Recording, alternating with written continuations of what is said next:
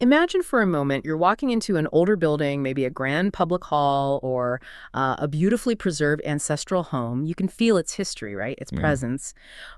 But what if the architectural language, the whole aesthetic DNA of that space, wasn't entirely native? What if it was, in fact, a kind of carefully transplanted idea, a design philosophy brought from somewhere else, a powerful nation, subtly reshaping local tastes and, well, aspirations? That's a really powerful thought, isn't it? It goes way beyond just how things look. It makes us think about how external powers, they don't just redraw maps or impose new laws. They can actually influence the very fabric of a nation's built environment, everything from the big public squares down to the tiny details inside private homes.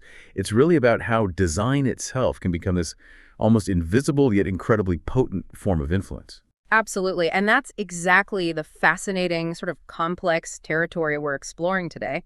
Our deep dive is into American imperialism in Philippine interior design. And let me tell you, this isn't just a dry history lesson about styles or furniture. No, it's much more a vibrant, compelling story about how design acted as a mirror reflecting these profound power dynamics, intense cultural exchanges, and the dramatic transformation of a society caught between different colonial legacies. hmm Our mission here in this deep dive is really to meticulously unpack how American influence, which truly took root starting in the late 19th century, profoundly reshaped almost every aspect of Filipino life through design. We're talking urban planning, architecture, those interior design principles, even the specific furniture that filled homes and public buildings. We'll trace this incredible journey through three key architectural and design movements: Neoclassic, Art Nouveau, and Art Deco.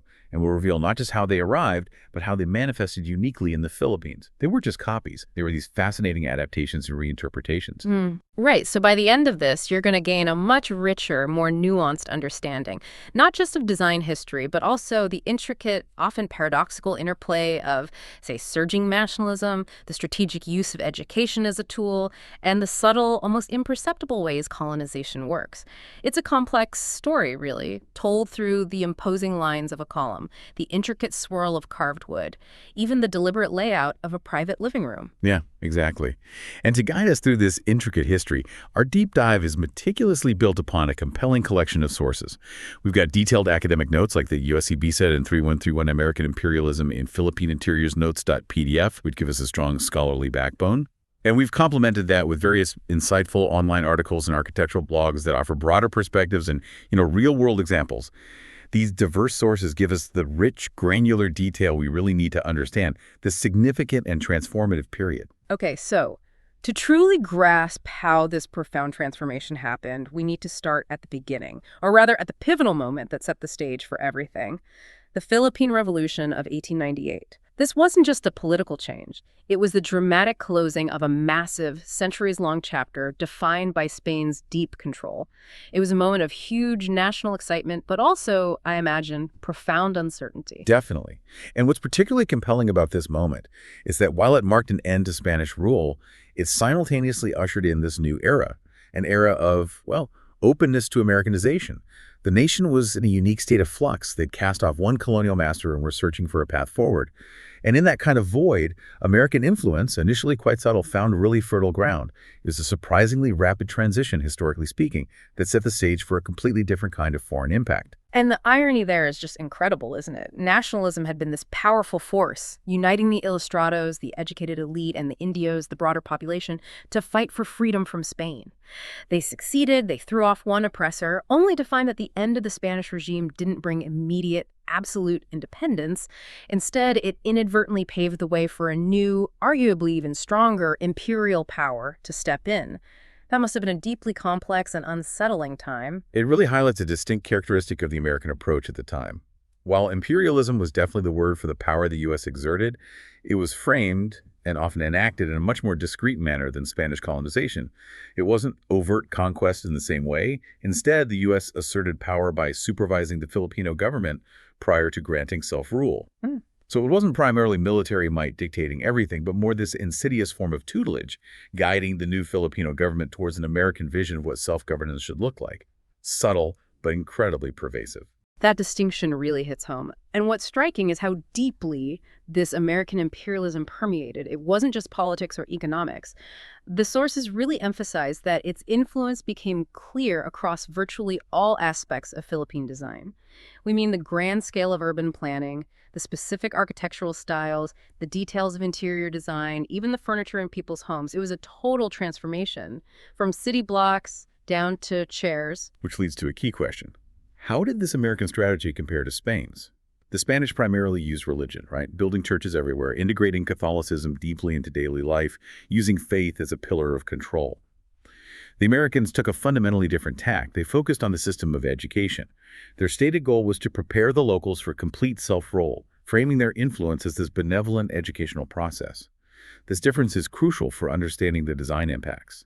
Spain built cathedrals for spiritual allegiance. America built schools and public buildings to instill a new civic order, a sense of public service, a modern way of life, all under this banner of preparing for self-rule. That's a critical difference. It wasn't just about faith. It was about instilling this new idea of civic life. And they used the physical spaces to do it. We learned from Parsons' report that a higher standard of design and construction in public buildings wasn't just about dignity or permanence for the Americans. It was also seen as essential, a critical means of education. Think about that these buildings weren't just functional. They were designed to teach a new way of building and living. Exactly. These impressive new structures were meant to serve as good examples of architectural planning and construction. The explicit hope, the intention was that their very presence would tend to elevate the standard in private construction across the islands. Yeah. So government buildings weren't just for government. They were living blueprints, a tangible curriculum for how Filipinos should build their own homes, businesses, everything. It shows a very intentional top-down effort to shape aesthetics and practices through public example. And this ambition wasn't just about individual buildings. It was about transforming whole cities. Where the Spanish had the poblaciones, those town centers, the Americans introduced this much more progressive concept, the city beautiful. Oh. This was a huge urban planning movement, popular in the U.S. then, aiming for aesthetically pleasing cities with grand boulevards, planned parks, monumental public buildings, all meant to inspire civic pride, a total rethink of urban life. And you see this vision clearly in big projects. Baguio is a prime example, planned almost from scratch as a summer capital. Its whole layout reflects city beautiful ideas. Manila also underwent a major facelifting, putting a new layer onto its Spanish colonial core. And American planners really pushed for parks. They saw parks as integral to modern city planning for health, recreation, community gathering, quite different from the Spanish focus on plazas for religious or administrative functions. Now, here's where it gets really interesting, showing this blend of pragmatism and maybe a bit of respect for what was already there. While bringing in these new ideas, American planners didn't completely ignore the past. Spanish colonial churches, for example, were highly regarded. In fact, they were even used as templates for later construction when new churches were needed. This shows a practical blending, integrating valuable existing structures rather than just erasing them. It acknowledges the previous colonial layer. Which also leads to another point. They identified what they saw as gaps. Right. The Americans noticed the absence of specialized forms of architecture, like libraries, post offices, and hotels, things they considered fundamental for a modern society.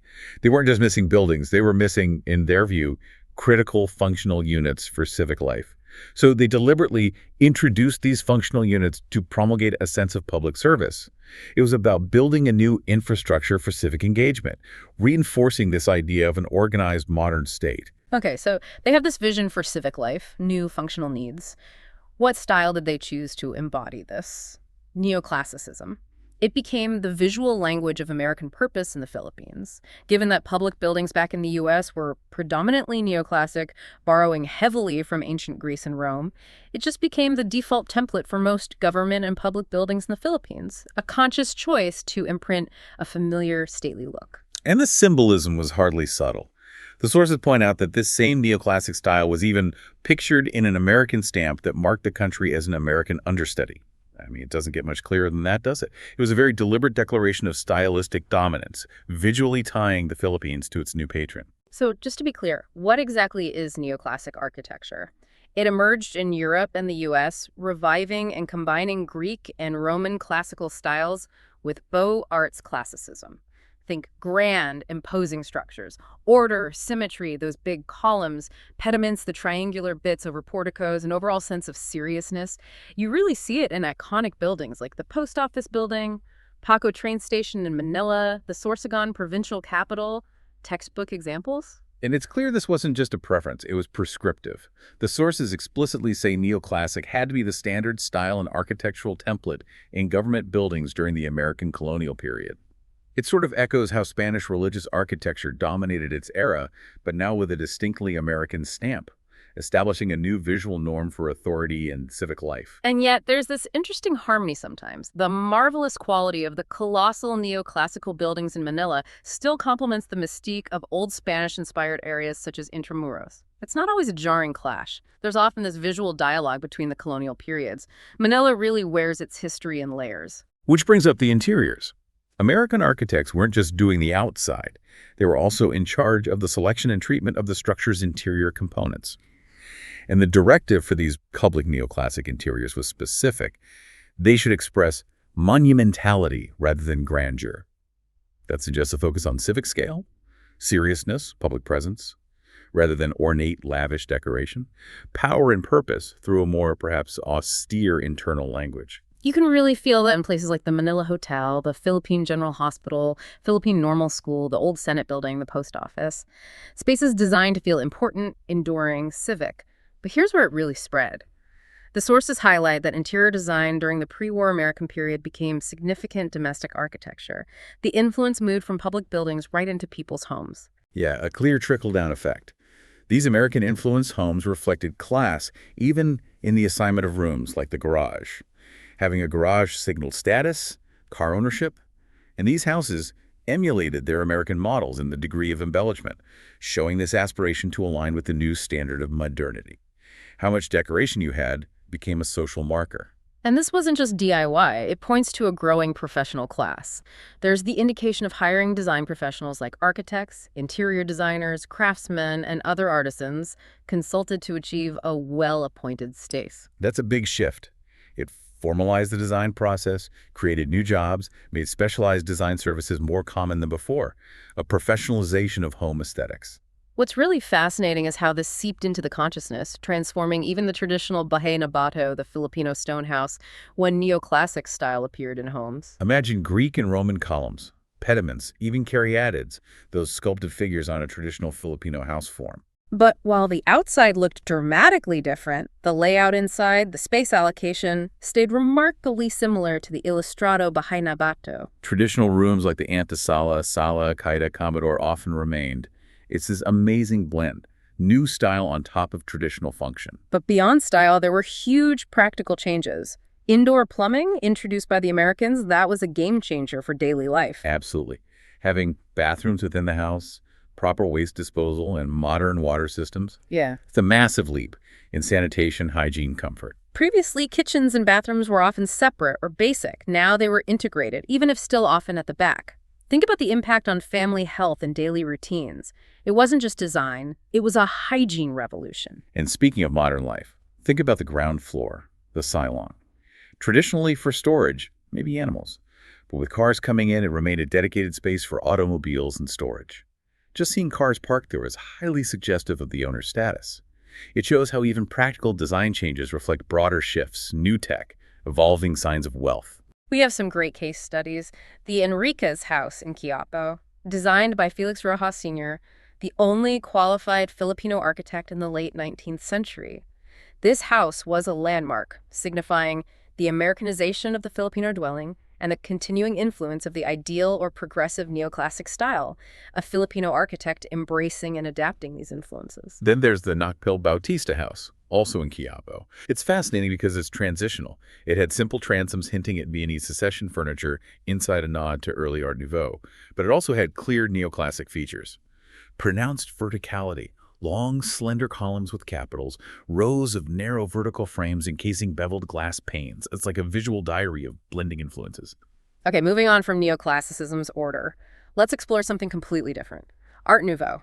More organic, flowing, trying to be truly new. Interestingly, neoclassicism's arrival actually cut short the first wave of Philippine Art Nouveau, which was just starting in the late 1900s. It was almost nipped in the bud. But it proved resilient. It eventually found its way into Philippine design again and really thrived during the 1920s up to the 1970s. This long resurgence shows how adaptable Filipino design was, capable of embracing global trends but making them local, sometimes blending them rather than just adopting wholesale. So what defines Art Nouveau? New art. breaking from history. Visually, it's fluid, undulating motifs, often from nature. Think whiplash lines, plant forms, organic curves. Very dynamic. And the Philippine interpretation, not just a copy. It combined Neo-Renaissance and Gothic Revival interpretations into plural and eclectic configurations that also adopted elements of the Neoclassic style. This fusion really speaks to that Filipino adaptability, blending diverse influences, not rejecting the past, but seeing it through a new organic lens. It shows real agency taking influences and making them their own. And the interiors sound amazing. A contrast between feminine furniture pieces, delicate, curvy, and other parts that kept formal and classical columns from the Neoclassic era. The sources say a flower garden seemed to blossom in every component. It sounds incredibly vibrant, like bringing nature inside. And while some critics, maybe minimalists, found it had excessive surface decoration, it seems Filipinos found an outlet for their love of elaborate detail in this style. It resonated locally. Globally, you had variations like Style Guimard in France, Style Floreal in Italy, Style Liberty in Britain. The floral style was seen as the opposite of geometric styles, emphasizing those flowing forms. Let's look at examples. Isabella Tempinko's carvings showed traces, manifesting the surge of Philippine Art Nouveau. His work blended elements. A semicircular wooden arch with vertical flutings, kind of neoclassic but accentuated by a sculpted female head, all still somehow in compliance to the neoclassical framework. That blend again. You see it really well in elite houses renovated for the floral style. The De Los Santos Bautista house in Malolos, Bulacan is a great example. Outside, they added caryatids and classical false columns. Inside, the staircase and carved transoms weren't neoclassic. They hinted at early Art Nouveau expressions. Yet even there, a subtle American touch. The wooden paneling with its vertical character attempting to conceal the Haligi post complied with American fashion for finished looks. It's a tapestry of influences. And the details inside that house. Wow. Stylized flower carvings on railings, transoms, intricate piercework or callados, that fretwork, Espahang crystal, beveled glass in windows, plus hand-painted murals. It really captures that flower garden feel. Another amazing transformation is the Villa Vicencio wedding gift house in Tal. Built in 1850, but it got an Art Nouveau makeover. Artist Del Vero, known for still life, sculpture, etc., did work on walls, floors, creating a total setting. His trompe-l'oeil murals were most characteristic of the floral style in Filipino spaces. Apparently, one of his floral wall coverings inspired the whole interior renovation in Art Nouveau style. The house itself was originally a mestizaje mansion, blending Spanish and indigenous styles, which were then reinterpreted. Incredible how one artwork could spark that. The Gomez house in Pampanga is another example of an evolved Bahay na Bato adapted to the floral styles residence. Here, the callados expanded from just vents over doors to span post to post along the entire length of the transoms, brightening rooms with cutout lyres and flowers. Interestingly, windows often shrank in width, partly because the increasing use of glass heated up the interiors, a practical adaptation within the decorative style. And different classes embraced it differently, right? The elite had their elaborate floral styles. Exactly.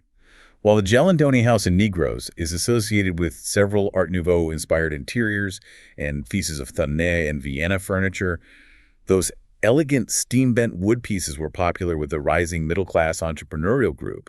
Shows how trends filtered down and adapted to budgets. Even smaller chalets, evolving into bungalows, adopted the style. There's a floral-style chalet in Pila Laguna, small floor area, but embellishments employed all throughout the house are suggestive of high status. And its interiors followed a geometric yet classical exterior, again showing that blend.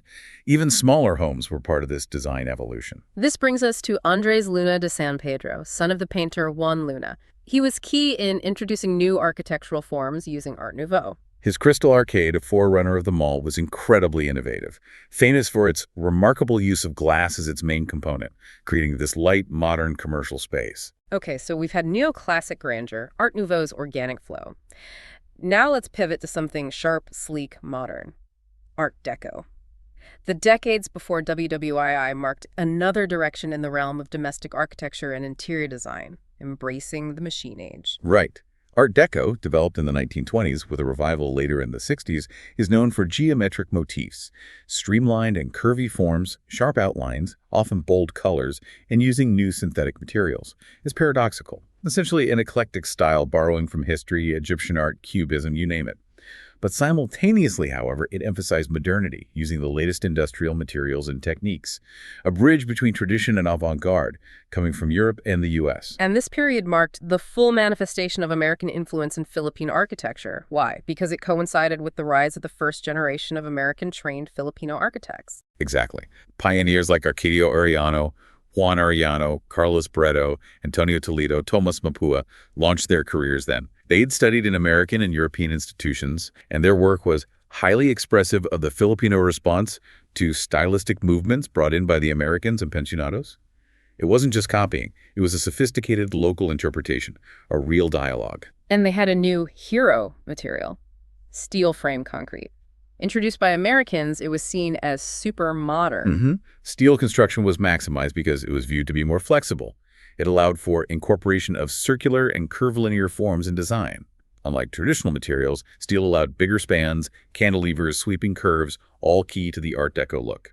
Material innovation drove design possibilities. This also changed home layouts. The traditional silong underneath shrank to a crawl space of approximately a meter, still allowed air circulation, but looked different. Some smaller houses, bungalows, chalets were built on a single level, more Western, and others radically moved public areas living, dining to the ground floor, keeping only bedrooms above.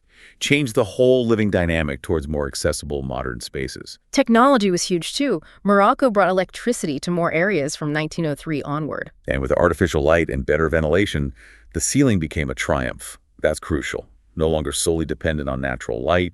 Rooms might not be as huge, but sunlight streamed into all the rooms. Glass panes replaced capis, those shell panels. Right, so you went from diffused light and blocked views to bright interiors and clear views outside, a massive sensory shift. It really was. And that Art Deco ceiling truly was a triumph.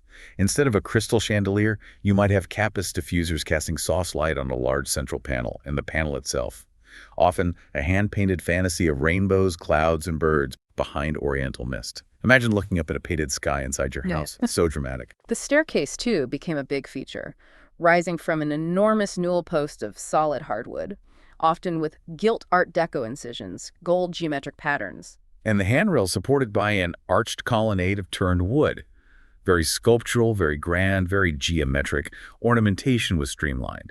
Forms derived from principles of aerodynamics. Geometric flowers, fountains, clouds, sunbursts, all sharp lines. And the floors. The interior of some Art Deco houses was characterized with the use of machuca tiles, those colorful patterned cement tiles, very popular then. When you think iconic Art Deco structures, Juan Arellano's Metropolitan Theater is maybe the prime example. A masterpiece. And St. Cecilia's Hall at St. Scholastica's College, designed by Andres Luna San Pedro, built 1932, destroyed 1945, rebuilt later, showing its importance. The Gala Rodriguez House in Sarriá, Quezon, by Juan Nackel, is another great residential example. And we have details from the Santos House in Bullock and Dr. Luis Santos's place. That painting detail of the ceiling, distinct dining room, staircase, ground floor, door grill work, all embodying Art Deco. It shows how the style translated into lived spaces. And we have to mention the ambassador chair, a specific furniture piece symbolizing later Art Deco. Right, this modestly crafted furniture piece. It traced back to a 1930s catalog from a store on Rizal Avenue, Manila. Their Ambassador Nera set looked a lot like an Art Deco lounging chair designed by Warren MacArthur for the Ambassador Hotel in LA in 1932. Amazing how a chair connects cultures and becomes aspirational design. And the Mariano Lim residence on Taft Avenue is another notable example of Art Deco domestic architecture. These specific places really bring these movements to life, showing how they shape daily living. So, wrapping up this deep dive, what's the big picture? It's a complex story, right? A tapestry of influence and adaptation. The Philippines didn't just passively receive Neoclassic, Art Nouveau, Art Deco from America. Filipinos absorbed them, reinterpreted them, blended them with traditions, creating something unique. That's the key takeaway. These design shifts weren't just about looks. They were deeply tied to education, public policy, national identity, the very idea of modernity in the Philippines. They shaped how people lived, worked, interacted with civic spaces, reflecting and reinforcing a new social order. And what really stands out is the Filipino response. Architects, designers, homeowners, they responded creatively, dynamically. Sometimes embracing modernity fully, sometimes blending it with heritage, sometimes subtly adapting it to local context, climate, materials. Asserting agency. It's not just a story of American imposition, it's also a compelling story of Filipino resilience, ingenuity, and cultural synthesis, even under colonial influence. Which really encourages you, the listener, to think about how visible these layers of history are all around us if we just look closely. What subtle influences might be shaping our environments today? A minimalist office, a trendy cafe, the layout of your own furniture. Design is rarely neutral. Exactly. What does the ongoing evolution of design in your own surroundings tell you about today's cultural currents, about aspirations, power, identity? We really encourage you to observe the buildings and areas in your community with a new, critical eye. Look for those traces of history, those cultural narratives. They're everywhere, just waiting to tell their silent stories.